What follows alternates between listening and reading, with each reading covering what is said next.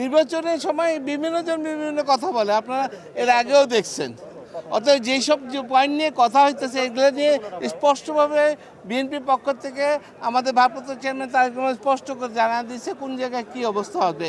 অতএব নির্বাচন হবেই, ওই পিআর বলেন আর অন্য সিস্টেম বলেন এগুলা কোনো ফ্যাক্টর হবে না। একটা সুষ্ঠু নির্বাচনের পথেই তো দেশ এগোচ্ছে, এটা কি মনে অবশ্যই একটা সুষ্ঠু নির্বাচন, পুরো জাতি চাচ্ছে এই নির্বাচনের দিকে। আমাদের এবার সিলেকশনের কতগুলো ক্রাইটেরিয়া আছে। একটার সাথে হয়েছে যারা এলাকায় গ্রহণযোগ্য ব্যক্তি, স্বচ্ছ ব্যক্তি, যাদের সাথে দুর্নীতির সংগঠনে যারা এই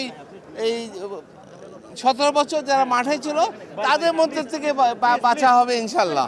ভারপ্রাপ্ত চেয়ারম্যান স্পষ্টভাবে এই কথা বলছেন, এই ক্রাইটেরিয়ার মাধ্যমে এমপি নির্বাচন করা হবে, নমিনেশন দেওয়া হবে। আমরা তো 100% আশা করতেছি ফেব্রুয়ারিতে নির্বাচন হবে, তবে একটা এবং আমরা না এর পুরো জাতি আশা করতেছে, দুই একটা দল ছাড়া।